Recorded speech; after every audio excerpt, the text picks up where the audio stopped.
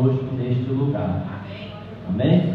Você que trouxe a sua Bíblia, Evangelho de Mateus, capítulo 5, versículo de número 10, que diz assim: Bem-aventurado os perseguidos por causa da justiça, porque deles é o reino dos céus. Verso 11: Bem-aventurados sois, quando por minha causa vos injuriarem e vos perseguirem, e mentindo disserem todo mal contra vós. Verso 12: Regozijai-vos e exultai, porque é grande o vosso galardão na terra, pois assim perseguiram os profetas que viveram antes de vós. É isso que está no 12? Não? Não? A Tainá está ligada. Fiz isso só para testar. Vou ler de novo. Regozijai-vos e exultai, porque é grande o vosso galardão, pois assim perseguiram aos profetas que viveram antes de vós. Amém? Irmãos, essa palavra, essa bem-aventurança que Jesus cita no seu sermão, chamado de Sermão da Montanha, ali no capítulo, no versículo 1 do capítulo que a gente está lendo, diz que, vendo Jesus as multidões, subiu ao monte e, como se assentasse, aproximaram-se os seus discípulos. E o verso 2 diz assim: E ele passou a ensiná-los, dizendo. E aí ele vai falando, sobre as bem-aventuranças. A primeira, a segunda, a terceira, a quarta, a quinta, a sexta, a sétima, são 9 bem-aventuranças. E o versículo 11 vai dizer, o versículo 10 vai dizer justamente aquilo que a gente está falando. Bem-aventurados os perseguidos por causa da justiça, porque deles é o reino dos céus. E o verso 11: Bem-aventurado sois quando por minha causa vos injuriarem e vos perseguirem, e mentindo disserem todo mal contra vós. E ele completa o 12 dizendo: Regozijai-vos, se alegrai, exultai, porque é grande o vosso galardão nos céus. Pois assim perseguiram os profetas que viveram antes de vós. Então a gente vai, gostaria que os músicos ficassem de folga, tá? Vocês podem ficar de folga hoje, podem ficar tranquilo, para a gente poder ouvir melhor a palavra. A causa da perseguição, Primeira coisa que a gente vai falar aqui nesse texto, irmãos, é a causa da perseguição. Olha só que interessante, No domingo, o diácono Ivan pregou sobre o apóstolo Paulo, sobre perseguição, Foi falado aqui sobre perseguição, quem estava no culto pôde ouvir. E eu estava meditando nesse texto, eu estava observando que Jesus, irmãos, ele está conversando, ensinando os seus discípulos e também uma grande multidão que estava ali com ele. E essa grande multidão, com certeza, tinha muitas pessoas ali que seguiram Jesus, que ficaram com Jesus, mas também algumas pessoas o abandonaram. A gente vai ver isso lá em João capítulo 6, que muitas pessoas abandonaram Jesus, quando Jesus começou a pregar ali, um discurso falando sobre a sua carne, sobre o seu sangue, e algumas pessoas começaram a sair, E Jesus fala para os discípulos: vocês também querem ir? E ali Pedro diz: para quem iremos, se só tu tem a palavra de vida eterna?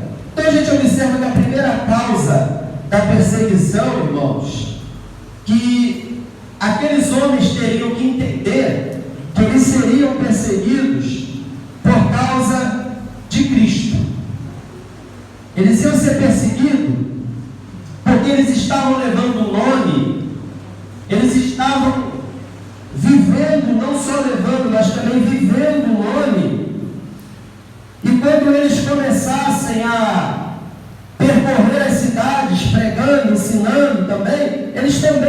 ser perseguidos.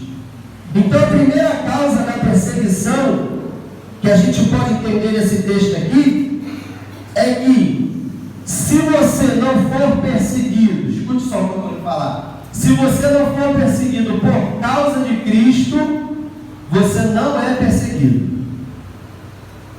Você não pode dizer que você está sendo perseguido se alguém, lá no seu trabalho, está vendo a sua conduta errada, está vendo você fazendo coisas que não é para você fazer, está vendo você falar coisas que não é para você falar.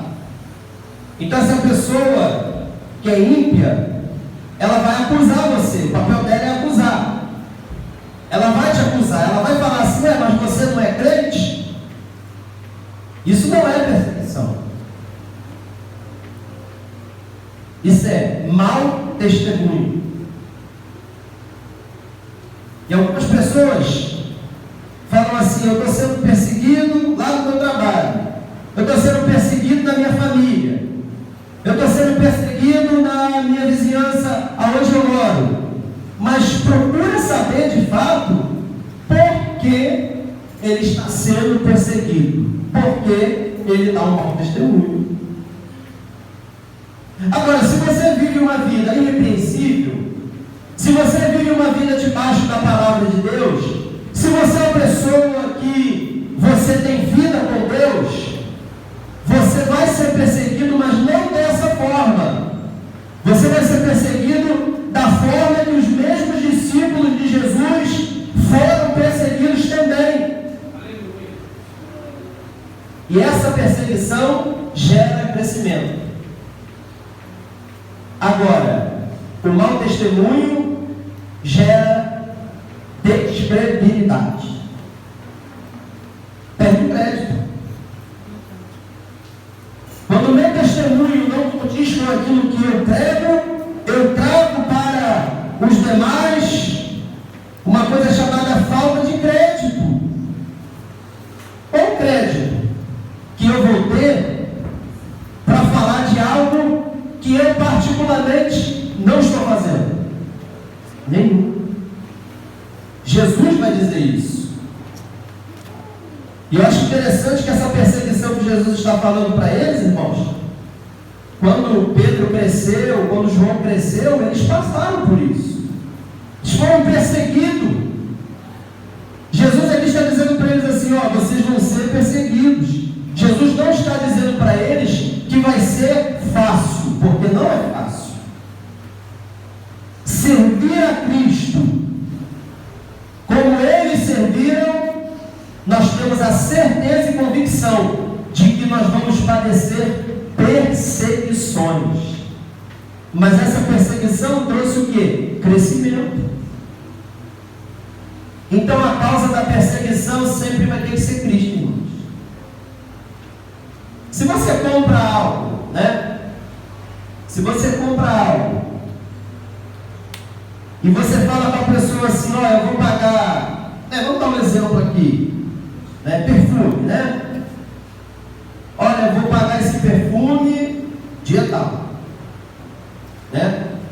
Aí a pessoa fala assim, não, dia tal você tem que pagar esse perfume. Só que aí você tem o dinheiro, mas você não paga. E aí?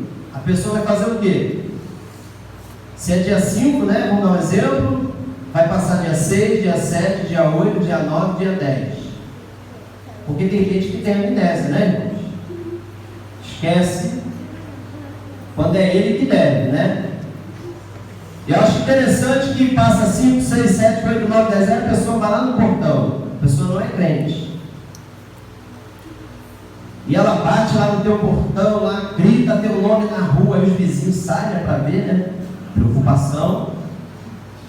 Aí sai para olhar assim. Aí aquela irmã ou irmão, vai falar assim, pastor, vai ligar lá para o pastor, vai falar assim, pastor, estou sendo perseguido.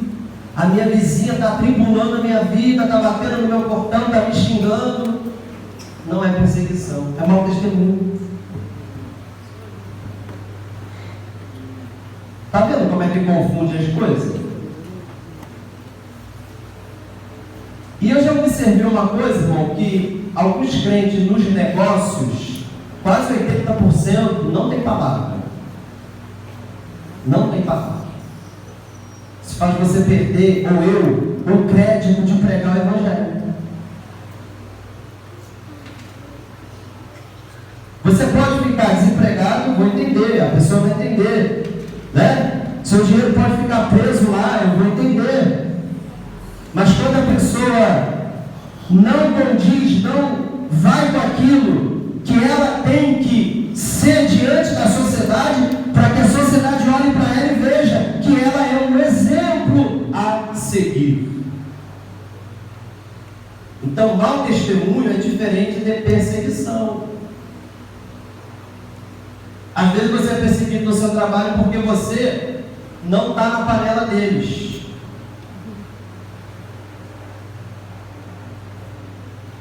Porque ele é destacado, ela é destacada, ele é santo, ela é santa. Vamos chamar você assim. Quando chama de santarrão é bom, você tem que falar, eu sou santarrão mesmo. Porque você é santo. Esse negócio de santo é só Deus? Não, você também é, você é filho de Deus. O Espírito que está em você é o Espírito Santo, ele te santificou. Aí a pessoa olha assim e fala assim, não, ela não, porque ela ou ele é muito diferente. É assim que tem que te tratar mesmo. Vai ter uma festinha lá, né? Como diz aí, uma resenha lá. Será que a gente chama ele ou ela? Se você faz parte da panela, vão chamar. Agora, se você é diferente, não vão chamar. Não estou dizendo que você tem que ser uma pessoa alienada. Você tem que viver o Evangelho, sabendo que o seu comportamento vai mostrar que Cristo é o Senhor da sua vida, das suas atitudes. Quando uma pessoa no seu trabalho, na sua família, se levanta contra você por causa do seu comportamento, qual deve ser a sua atitude diante dessa questão? Como você deve ficar? É só você falar assim, como Jesus agiria se estivesse no meu lugar? Será que Jesus explodiria, né? Usando o termo grosso da palavra? Será que Jesus se levantava e quebrava tudo? Não. Equilíbrio. E se tem uma coisa que Jesus tinha na sua vida pessoal, era equilíbrio. Até quando ele estava ali no jardim do Getsemane, né? E Judas já tinha entregado ele, beijado ele no rosto, feito sinal para os salteadores. O oficial chamado Malco pega ele, né? Bota a mão dele para trás, prende ele, e o apóstolo Pedro corta um pedacinho da orelha dele. Olha só, corta um pedacinho, né? O escritor Lucas diz que é do lado direito, se me falha a memória. Corta um pedacinho da orelha dele. Imagina, um pedacinho de orelha vai fazer falta? Acho que não. Mas para aquele oficial faria falta. E o que Jesus faz diante daquela situação, irmãos? Ele vai lá, pega um pedaço de orelha e coloca no lugar. E um pouquinho mais atrás do texto diz assim, olha, eu poderia rogar ao meu pai 12 legiões de anjo. 12 legiões de anjos são 72.000 anjos. Jesus podia falar assim, eu tenho condição de falar com o Pai agora e ele mandar anjos aqui e quebrar vocês tudinho. Ele fez isso? Não fez por quê? Porque ele sabia que ele tinha que passar por aquilo. Então ele estaria ensinando os seus discípulos que a perseguição faz parte do cristão. E o que ela vai trazer para a gente? Crescimento.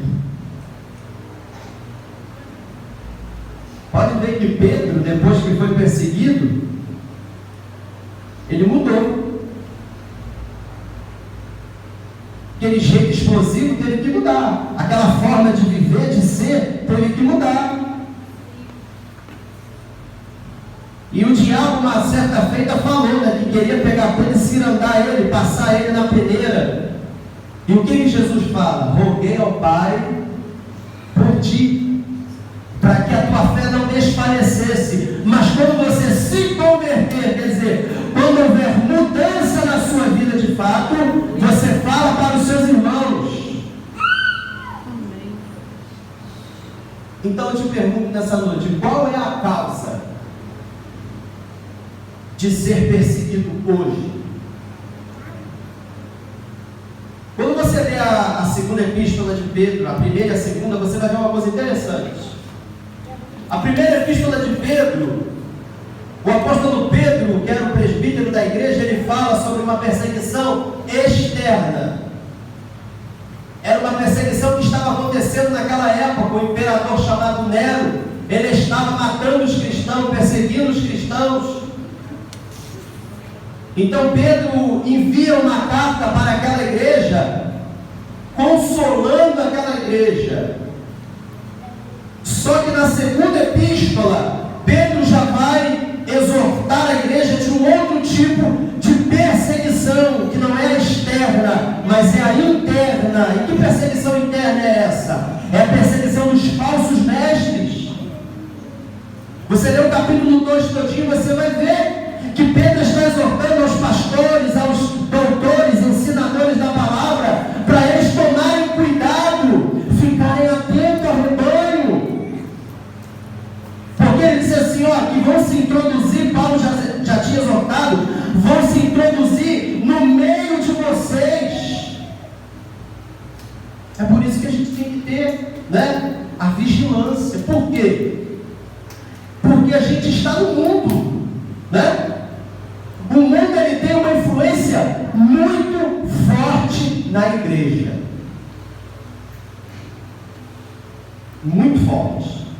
As tendências mundanas, elas estão cada dia mais fortes no seio da igreja de Cristo. Só que tem os remanescentes. E os remanescentes são aqueles que não se contaminam as suas vestimentas. Isso tinha na igreja que Paulo pastoreou, que João pastoreou, tinha em todas as igrejas. Mas a minha preocupação e a sua preocupação é saber se a causa da nossa perseguição é Cristo ou o mau testemunho. Porque as pessoas estão olhando para a gente toda hora. Existem pessoas que elas não precisam falar que são crentes. Já aconteceu isso com você? De você chegar num determinado lugar e você nem abrir a sua boca, e a pessoa olha para você e fala: você é cristão? Perguntaram uma vez isso para mim, sabe qual foi a minha resposta? Não sei. Por que eu falei isso? Porque às vezes a gente tem que confundir as pessoas. Eu falei assim: eu não sei se eu sou cristão. Quem vai dizer é você. Eu falar é muito fácil. Agora, as pessoas que estão à nossa volta, elas precisam dizer se realmente nós somos cristãos. Qual a característica de um cristão? Foi falado aqui, né? Fruto do Espírito. O fruto do Espírito é o que? É como uma tangerina. Você pega a tangerina, você abre ela, vem todos aqueles gomos, e cada um deles, você e eu, temos que ter na nossa vida. Para quê? Para que as pessoas vejam que o nosso fruto permanece. Os dons espirituais são lindos, né? Está lá em 1 Coríntios capítulo 12, são 9 dons espirituais que Paulo fala que aquela igreja tinha, uma igreja completa nos dons espirituais, mas era uma igreja carnal, era uma igreja infantil, imatura, era uma igreja que não tinha maturidade. Por isso que Paulo escreve 2 epístolas, e na epístola, no capítulo de número 13, me falei na hora, a primeira, ele vai falar assim, ó, leite vos dei de beber. Por quê? Porque com a criança, espiritualmente falando, se trata com leite, não é com alimento sólido. Só que aqui, eu não sei nas outras porque não me interessa, fala aqui nós temos que ser maduro. As coisas de menino vão embora. A fala de menino não tem mais. O andar de menino, né, de criança espiritual, acabou. Por quê? Porque hoje nós somos homens. Então a causa da perseguição tem que ser Cristo. Se não for Cristo, irmão, não é perseguição. Segunda coisa, características da perseguição. Jesus cita aqui no texto: injúrias, perseguição e mentira. Foi o que mais teve no ministério de Jesus. Pessoas querendo parar Jesus. Quando Jesus era recém-nascido, o rei Herodes já cirou. Como uma criança inofensiva traz ameaça para o homem que está no trono. Olha só como é espiritual o negócio. Irmãos, uma criança é inocente, não faz nada, ela é criança. Mas o rei Herodes, ele estava tão endemoniado, né? Que ele falou assim: matem todos os meninos. Todos os meninos sejam assassinados. Ele queria fazer uma chacina. Mas o pai preparou o Egito para Jesus passar uma temporada. O Egito, né? O Egito, ó. Poderia ser qualquer outro país. Foi o Egito. E ali Jesus ficou até que Herodes morresse. Depois ele volta. E aí Jesus vai se desenvolvendo dos 12 até os 30 anos de idade, que são 18 anos, né? A Bíblia, ela se cala. A Bíblia, ela se cala sobre a vida pessoal de Jesus. Mas tem alguns pregadores, irmãos, né? Corajosos, que fazem uma salada mista na mente do povo, dizendo que Jesus, durante esse tempo, juntou muito dinheiro. Olha só, olha a heresia só que forte. Juntou muito dinheiro para carpintaria e comprou uma casa na praia. Circo dos horrores.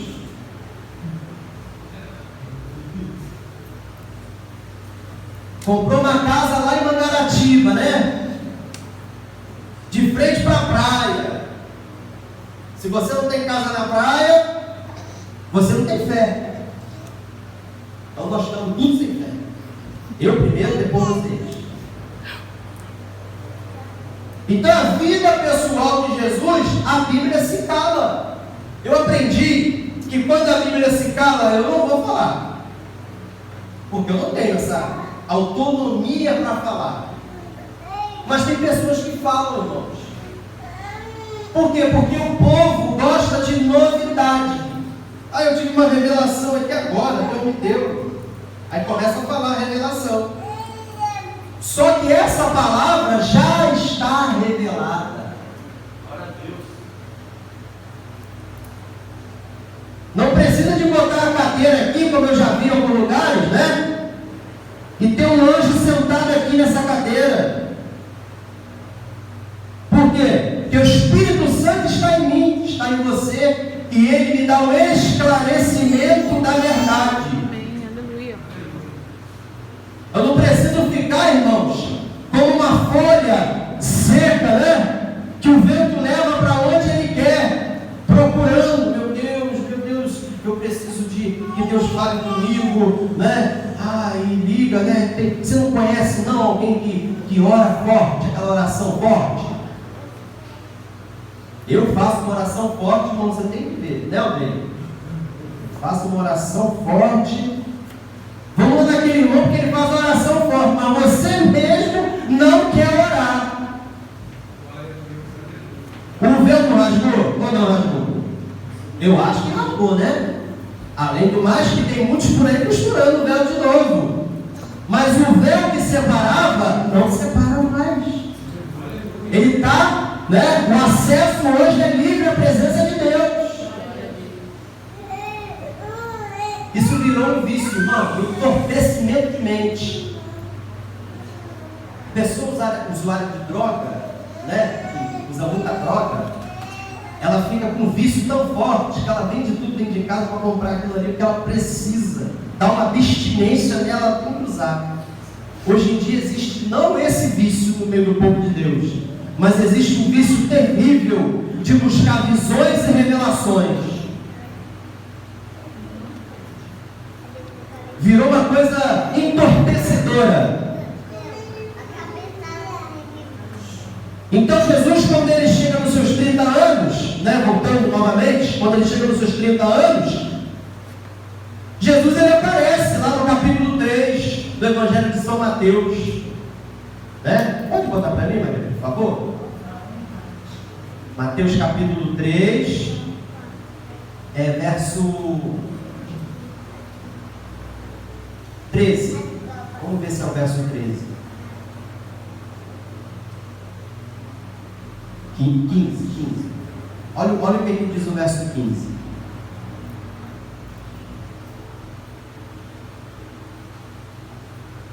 Jesus, porém, respondendo, disse: deixa por agora, porque assim nos convém cumprir toda a justiça. Então ele o permitiu. 16. E sendo Jesus batizado, saiu logo da água, e eis que se lhe abriram os céus, e viu o Espírito de Deus descendo como pomba e vindo sobre ele. Descendo como? Não é uma pomba, como? Vamos lá, versículo 18, né? 18? Não, 17. E eis que uma voz do céu dizia, a voz do Pai dizendo para Jesus: este é o meu Filho amado, em quem me comprazo. Todo mundo que estava ali ouviu a voz. Todo mundo ouviu. Essa voz que ficou calada durante 400 anos. Olha só. 400 anos no silêncio chamado silêncio profético. Agora a voz vai falar o seguinte: este é, confirmando que Jesus é o Filho de Deus.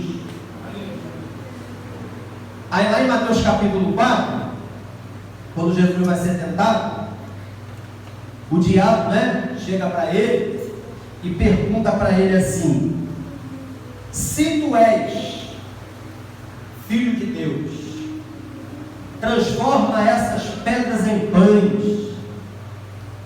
O diabo não confirmou, ele colocou dúvida. Ele disse: se tu és.